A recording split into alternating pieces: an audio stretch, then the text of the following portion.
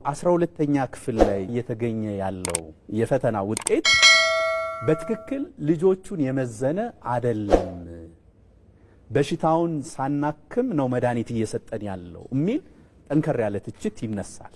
ከዚህ በፊት ስንሰጠው ከነበረው የፈተና ስርዓት እቺን ታክል ያልጨመረ ፈተና ነው የሰጠናቸው። ስለዚህ ለምን ነው ያልተማሪ የሚወድቀው? ቢኮዝ ከዛ በፊት ይሰርቁ ነበር፣ ፈተናው ይሰረቅ ነበር። ሌላ ነገር የለውም። ስማ የሚሰረቅ ሁሉም ተማሪ ይሰርቃል ብሎ ድምዳሜ ላይ መድረስ ይቻላል? በደንብ እኔ ልንገርህ፣ እኔ እኮ ይሄ እኮ ዝም ብለን እኮ ሄድንበት አይደል።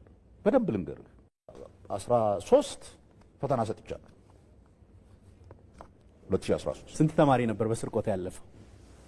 68% ሰርቆ ነው ያለፈው እያሉን አሚን። ሰርቆ አይደለም ልንገርህ የሚሆነውን ነገር።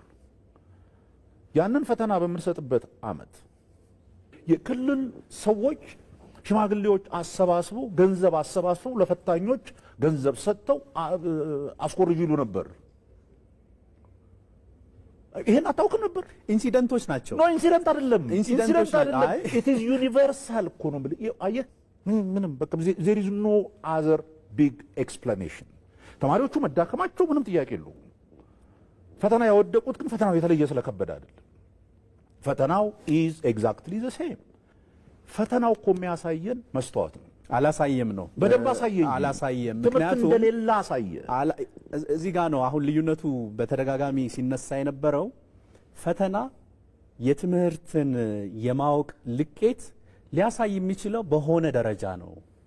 ያ ሰው አውቋል አላወቀም ብለን ሁለንተናዊ ዕውቀቱን ለመለካት አንድ ጊዜ የሚሰጥ ፈተና አያሳየንም። ምን አንድ ጊዜ የሚሰጥ ነው? በሆነች ኢንተርቫል ውስጥ ኮንቲኒዩስሊ የሚደረግ ክትትልና ያ ሰው በተግባር የሚሰራው ስራ ነው የዚያን ሰው ምንነት የሚለካልን እንጂ 12 ዓመት የተማረን ሰው አዳራሽ ውስጥ ሰብስቦ አንድ ፈተና በመፈተን የዚያን ሰው የእውቀት ልክ የትምህርት ስርዓቱን ብልሽት አያሳየንም። እኔ እኮ ይሄንን የሚሉ ሰዎች ምን እንደሆኑ ነው የማላውቀው። ግን ምነግርህ አንተ የምትለው ከሆነ ዜን ዋይ ዱ ዩ ኢቭን ቴስት? ለምን ትፈትናል? ምን ለመሆን? ፈተና ምንም ነገር የማያሳይህ ከሆነ ፈተና ስለ አንድ ልጅ ማወቅና አለማወቅ ምንም የማያሳይ ከሆነ ዋይ ቴስት? እንደውም ፈተና መስጠት አያስፈልግም አሉ። እንደዚህ አይነት ፍልስፍና ያላቸው ብዙ የተወሰኑ አገሮችና የትምህርት እንትኖች አሉ። መቻል አለመቻሉን የምታውቅበት ግን መመዘኛ ሜካኒዝም መኖር አለበት።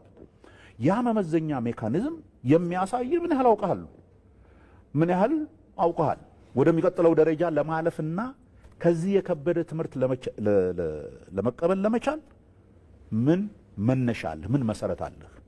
ውጤታቸው መጥፎ ከሆነ በደንብ አልተማሩ ማለት ነው። ከስር ጀምረን እናስተካክል የሚለው እኮ ለዚህ ነው የሚባለው። ለዚህ እኮ ነው ከ2014 እስከ 16 በተሰጠው የዩኒቨርሲቲ መግቢያ ፈተና በ3 ዓመት በድምር 2.3 ሚሊዮን የሚደርሱ ተማሪዎች ፈተናውን ማለፍ ባለመቻላቸው ወደ ዩኒቨርሲቲ መግባት አልቻሉ። የሶስት ትውልድ ኪሳራ ሊባል የሚችል ነው። ይሄ በልጆች ላይ ለደረሰው ኪሳራ፣ በልጆች ላይ ለደረሰው ውድቀት ኃላፊነት መውሰድ ያለበት ማን ነው? በመጀመሪያ ኪሳራው አለማለፋቸውን አለመማራቸው፣ ሁለቱም ኪሳራ ናቸው። ካልተማሩ ተገቢውን ትምህርት ሳያገኙ መጥተዋል ይለፉ ነው የምትለኝ? መባረራቸው ትክክል ነው? ኖ መባረራቸው መውጣታቸው ትክክል ነው? ምንም እኮ ማንም የት ነው ያሉት እነዚህ ልጆች? መጀመሪያ ጥያቄው ይሄን ስትጠይቅ ትምህርት ስርዓቱ ችግር ነበረበት፣ ስብራት ነበረበት፣ ልጆቹ በደንብ አይማሩም ነበር፣ ፈተናውም ችግር አለበት፣ አይማሩም ነበር ካልክ ሁለት ጥያቄ አለ በእኔ እምነት። አንደኛ የትምህርት ስርዓቱ በደንብ አላስተማራቸው። አንድ ተጠያቂ ኮሌክቲቭሊ እንደ ማህበረሰብ ሪስፖንሲቢሊቲ የምንወስደው እሱ ላይ ሁላችንም ኃላፊዎች ነን። አስተማሪዎች፣ የትምህርት ሚኒስቴር ውስጥ ያሉ የሰራተኞች፣ የትምህርት ቤት ዳይሬክተሮች፣ ወላጆች፣ ሁሉም ኃላፊ ነው። ቢኮዝ ልጆቹን ማስተማር ሲገባው አላስተማርም በደንብ። አንድ ከዛ ቀጥሎ ያለው ጥያቄ እነኚህ ትምህርት ስላልተማሩ ወደ አካዳሚክ ፕሮፌሽን መሄድ ያልቻሉ ልጆች ምን ይሆናል? ምን ይሆናል? ህይወታቸው ምን ሊሆን? አንደኛ በምንም ህግ ጥሩ ህይወት ለመኖር የዩኒቨርሲቲ ዲግሪ ያስፈልጋል ያለ የለም። ዩኒቨርሲቲ ዲግሪ በተለይ ከዲግሪ ማልፈ ወደ ማስተርስ ወደ ምናምን የምትሄድ ከሆነ አንተ አካዳሚክ ፍላጎት ስላለ የአካዳሚክ ፊልድ ኢንትረስት የሚያደርግ ሪሰርች ስለምትፈልግ ማስተማር ስለምትወድ ነው እንጂ አብዛኛው የዓለም ህዝብ ዲግሪ ሆልደር አይደለም። ኢቭን ትላልቅ የምትላቸው ሀገሮች ውስጥ ባለ ዲግሪ አይደለም። ምን ጀርመን 20% አይሞላም ዲግሪ የሚኖር። አይ እንደው እኛው ላይ ማድረግ ያለበት ልመጣለሁ። ሶ እኛ ምንድነው ያደረግነው? መደረግ ያለበት እና ያለበት ለአገር የሚያስፈልጉ ጥሩ ኑሮ ሊያኖሩ የሚችሉ ብዙ ክህሎቶች አሉ። ሰው ሁሉ አካዳሚሻን አይሆንም። አንዳንዱ ጎበዝ አናጢ ሊሆን ይችላል፣ ጎበዝ ግንበኛ ሊሆን ይችላል፣ ጎበዝ የቤት ሰራተኛ መሐንዲስ ሊሆን ይችላል። ነው ቤዚክ የሆነ የቲቬት ትምህርት ተምሮ ብዙ ሀገሮች አብዛኛው ተማሪው 12ኛ ክፍል ሲጨርስ እነኚህ ፊልዶች ጋር ነው የሚሄደው። ኖት ዩኒቨርሲቲ አይደለም የአብዛኛው የተማሪ መሄጃ። እሱ መለየት ያለበት ግን 12ኛ ክፍል ላይ ነው። ይሄ ችሎታ ያለው ሰው ብዙ ቦታ ይሄ ችሎታ ያለው ሰው ሲወድቅ አይደለም ያንተ ችሎታ ዩኒቨርሲቲ መግባት ሳይሆን ሌላ ቦታ ነው ነው በየደረጃው ራሱን መፈለግ ያለበት 12ኛ ክፍል በፈተና እንዲወድቅ በማድረግ ነው። 12ኛ ክፍል አንዱ ነው በየደረጃው እንደ አሁን ጀርመን ከ4ኛ ክፍል ጀምሮ ይከተሉሃል። 4ኛ ክፍል ላይ መለየት ይጀምራሉ። ሞር አካዳሚክሊ ኢንክላይንድ የሆነው ልጅ የትኛው ነው፣ ሞር ቴክኒካል የሆነ ነገር ላይ ቢወጣ የበለጠ ሰክሰስፉል የሚሆነው የትኛው ነው ብለው 4ኛ 8ኛ 10ኛ ምናምን አድርገው ጂምኔዚየም ወይም ወደ አካዳሚክ እንትን የሚሄዱ በአንድ ቦታ ያደርጋሉ። ይሄ ቴክኒካል እና ቲቬት ውስጥ የሚገቡትን በሌላ ቦታ ያደርጋሉ። ጂምኔዚየም ሄደው ዲግሪ የሚያገኙት ተማሪዎች 20% በጣም ከተጋነነ። እኛም ይሄ እኮ ሀሳብ ቀደም ብሎ መጥቶ ቲቬት የሚባለው የተጀመረውና ከ10ኛ ክፍል ትምህርት ቆሞ ወደ ዛይጉ አይደለም የተባለው 10ኛ ክፍል እኮ ለመለያ ነበር የተባለው ተብሎ የነበረው አንፎርቹኔትሊ ለሆል ሲስተም በደንብ መስራት ስላልቻለ ነው እንጂ አሁንም ለኔ ስትሬንጅ የሚሆንብኝ ልንገር። እኛ ወደ 800,000 ተማሪ ተፈትኖ 30,000 ተማሪ ያለፈ ጊዜ እኛ ዝም ብለው ከሚወድቁ እስኪ 1 ዓመት ፈተናውን ወድቀዋል፣ ግን 1 ዓመት ሪትሬን እናርጋቸውና ፈተናውን ይወሰዱ ብለን ሬሜዲያል የሚባል ፕሮግራም ጀመርን። ታስታውስ ከሆነ አይ ለምን አስፈለገ እሱ? አንዴ እኮ ለያቸው አይደለ? አሁን መጀመሪያ በተነሱበት መንገድ ፈተና ይሄንን ሰው ይሄን አውቋል፣ ይሄን አላወቀም፣ ስርዓቱ ይሄ ነው፣ ችግሩ ይሄ ነው የሚለው ለይተናል ካል ማስታመም አያስፈልገውም ማለት። ለምንድን ነው የማያስፈልገው? ምን ማለት ነው አያስፈልገው? ልክ አይደለም የሚባለው ለዚያ ነው ይመስለው እንጂ ልባይዝህ ነገር አይደለም። ቆይ 7ኛ ክፍል አንድ ተማሪ ሲወድቅ ምንድን ነው የምታደርገው?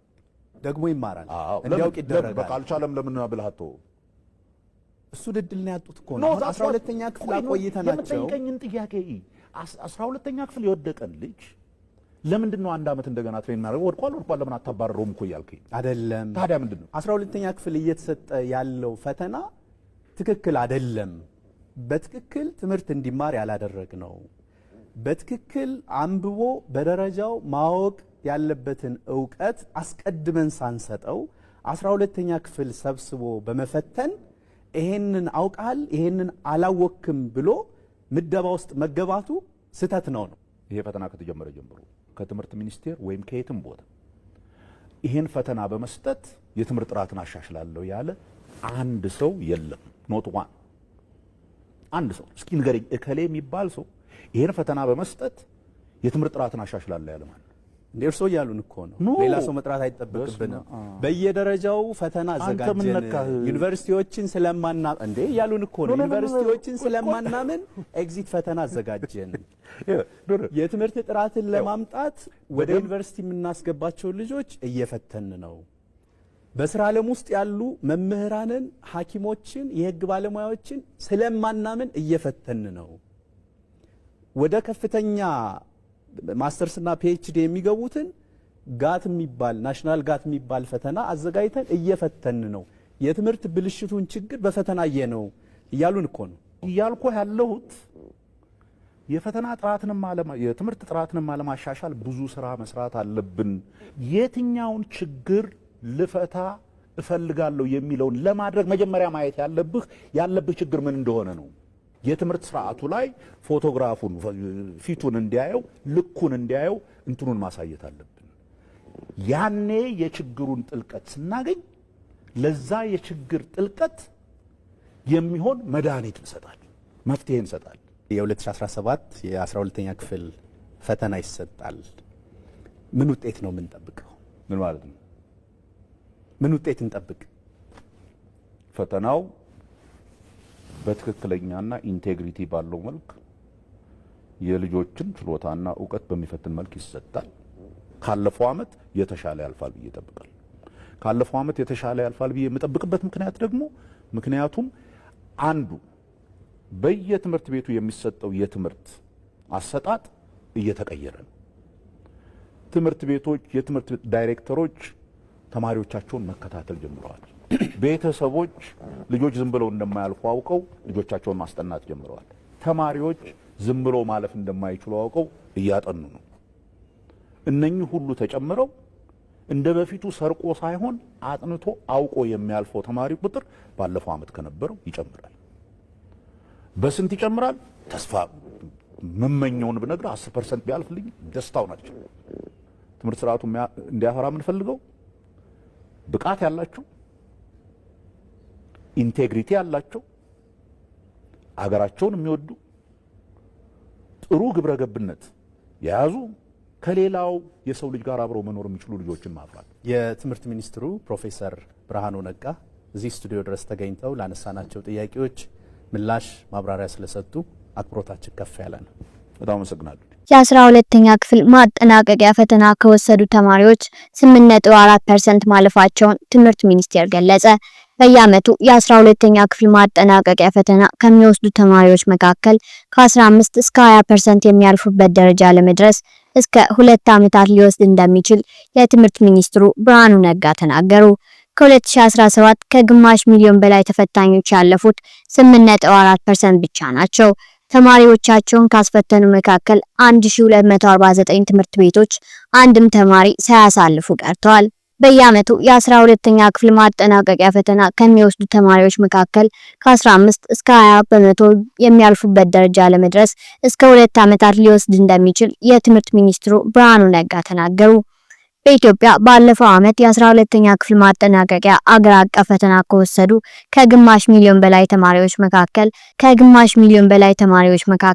8.4% ወደ ዩኒቨርሲቲ የሚያስገባ ውጤት ማግኘታቸውን የትምህርት ሚኒስቴር ይፋ አድርጓል። የአዲስ አበባ ከተማ አስተዳደር 28.9%፣ ሐረሪ ክልል 21.8% እንዲሁም አማራ ክልል 12% ተማሪዎች በማሳለፍ የተሻለ ውጤት እንዳስመዘገቡ የትምህርት ሚኒስትሩ ብርሃኑ ነጋ ዛሬ እሁድ በሰጡት ጋዜጣዊ መግለጫ ተናግረዋል። የአዲስ አበባ ከተማ አስተዳደር 14620 ተማሪዎች፣ የኦሮሚያ ክልል 11651 ተማሪዎች አሳልፈዋል። ሀገሪቱ በምትከተለው የትምህርት ፖሊሲ ወደ ዩኒቨርሲቲ መግባት የሚችሉት ከ50% በላይ ውጤት ያመጡ ተማሪዎች ናቸው። ባለፈው ዓመት 585882 ተማሪዎች በመላ ሀገሪቱ ፈተናውን ወስደዋል። ፈተናውን የወሰዱ የተፈጥሮ ሳይንስ ተማሪዎች ቁጥር ለመጀመሪያ ጊዜ ከ50% በላይ ድርሻ ይዟል። ፕሮፌሰር ብርሃኑ ነጋ 297528 ተማሪዎች የተፈጥሮ ሳይንስ፣ 288352 ተማሪዎች የማህበራዊ ሳይንስ ፈተና እንደወሰዱ ተናግረዋል። ፈተናውን ከወሰዱት ውስጥ 278816 ሴቶች ሲሆኑ 308066 ተማሪዎች ወንዶች ናቸው። ከነዚህ ውስጥ 23% ፈተናውን የወሰዱት በኦንላይን ነው። በኦንላይን ከተፈተኑት መካከል 21.7% ወይም 29233 ተማሪዎች ማለፋቸውን የገለጹት የትምህርት ሚኒስትሩ ወደፊት በተመሳሳይ መንገድ የሚሰጠው ፈተና እየጨመረ እንደሚሄድ ጥቆማ ሰጥተዋል። ከአጠቃላይ ተፈታኞች ውስጥ ከ50% በላይ ውጤት በማምጣት 48929 ተማሪዎች ማለፋቸውን ፕሮፌሰር ብርሃኑ ገልጸዋል። ፈተና ካለፉ ተማሪዎች ውስጥ 30451 ወንዶች ሲሆኑ 18478 ሴቶች ተማሪዎች ናቸው። ከተፈታኞቹ ውስጥ ከ91% በላይ የሚሆኑት ቢወድቁም ፕሮፌሰር ብርሃኑ ትምህርት ሚኒስቴር በፈተና አሰጣጥ ስርዓት ላይ ባለፉት ዓመታት ተግባራዊ ያደረገው ለውጥ በገመትነው ልክ በተወሰነ ደረጃ ከገመትነው በላይ ውጤት እያመጣ እንደሆነ ተናግረዋል።